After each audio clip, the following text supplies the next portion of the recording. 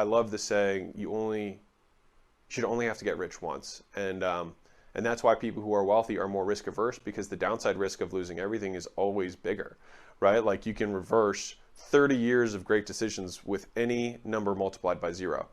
Any number multiplied by zero. You could have $1 billion. If you make a bad investment, it goes to zero, right? Is that the people who I surround myself with now have more money than the people that I surrounded myself when I was earlier on in my career. And what's ironic is that these people actually spend less money. They have less desire to spend money, and they find ways to acquire things for less money out of pocket. And that's always really interesting to me. Let's say you've got, I'll do two scenarios, all right? Let's say you've got $50,000, all right? And you're like, okay, I'm thinking about buying a house, right? And I think for a first house, you might only have to put 10% down. I'm not sure. It's 10 or 20. I don't remember. But anyways, let's just say 10 for sake of whatever. So $500,000 house, all right?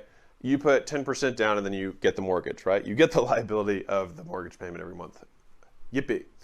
Now, if you were to, and let's say that in order for you to save that, you've been making, I don't know, 60 grand a year, and you've been saving that for, 5 years, something like that. Now, let's look at an alternative scenario where you are still making that same amount of money, 60, and you saved up 50. And instead of buying a house, and you say, I wonder how much money I could get for this money. Ah, interesting, right?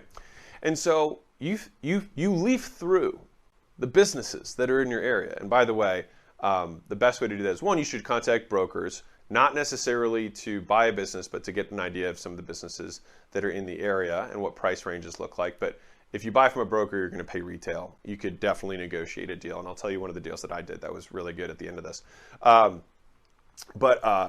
Anyways, so let's say you reach out to some businesses, things that you like or enjoy or feel like you have some specialized knowledge in. And you find out that there's a business that's doing, let's say, I don't know, $250,000 a year in profit, right? And because it's a small local owned business and you're not going to pay retail for it, you get it for 2.5, times earnings, right? Which would be what's 2.5 times? It's 525, hopefully, I think. 2.5? No, that's 625. Excuse me. $625,000 is what a business you might pay for a business that's doing $250,000 a year in profit. All right. Now here's where it's interesting, right? So I had an early mentor who taught me this negotiation tactic that I've used, which is agree on price, then agree on terms, right? And so when you would go to quote talk to this business, right? There's the price, which you might say, cool, this business is 625, and then there's terms, right? And so the term side, once you've agreed on the price, you negotiate down, whatever, and then you say, okay, well, I'm going to need you to seller finance, meaning you're not going to pay anything, you're going to pay them over time, right? I need you to seller finance, 3/4 of the deal. I'll tell you one of the deals that I did that was pretty good. So I had 4 locations at this point. This is when I had the gyms, and I opened a 5th location. So the first 2 locations I opened the first one I think for $40,000. I mean, I put as little as I possibly could in this thing. And it happened to have been an old gym. So there was like turf already in, the flooring was already in, it was painted. Like there was a bunch of things I didn't have to pay for. So I lucked out there. But the second one, because I thought I was smarter, we put $250,000 into the second location. And here's the fun thing. It made no more money than the first location did, which I always think is hilarious. So like to the undisciplined, everything looks like a spending opportunity. And so I pretty much would empty my bank account. And so on my 5th location, my next 2 locations were corporate locations, which were actually pretty cheap, which were pretty cool. Those are good deals. But the 5th location that I did, I had a gym that went out of business, or not out of business. He wanted to uproot because he got divorced or he had some family crisis. And so he was looking for someone to buy his gym. And so it was beautiful. It had all this equipment that was really expensive in it. And I was like, man, this is like a dream come true. And so I agreed on price because I had my mentor talk me through this. I agreed on price, which I think was $40,000. I think it was 40 grand. It was 40 or 50. I think it was, yeah. So that's what I agreed. And then I was like, cool, I'll pay you over the next year. And he was like, fair enough. And so, I mean, he didn't say it like that. We negotiated. And then 12 months is what we came to.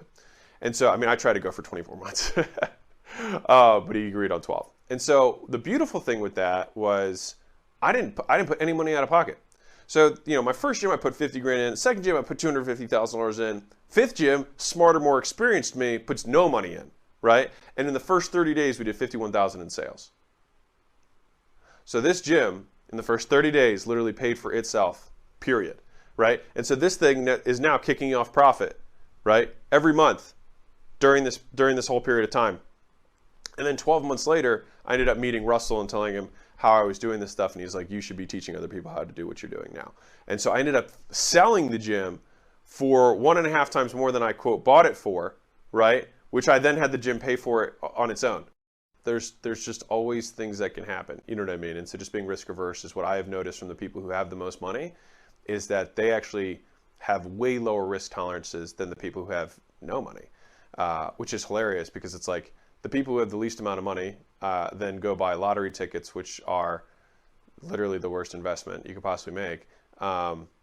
And they consistently invest their money in a terrible investment that has all the downside risk of going to zero. Whereas the richest people in the world find things that could never go to zero and they buy them for zero. So think about that for a second.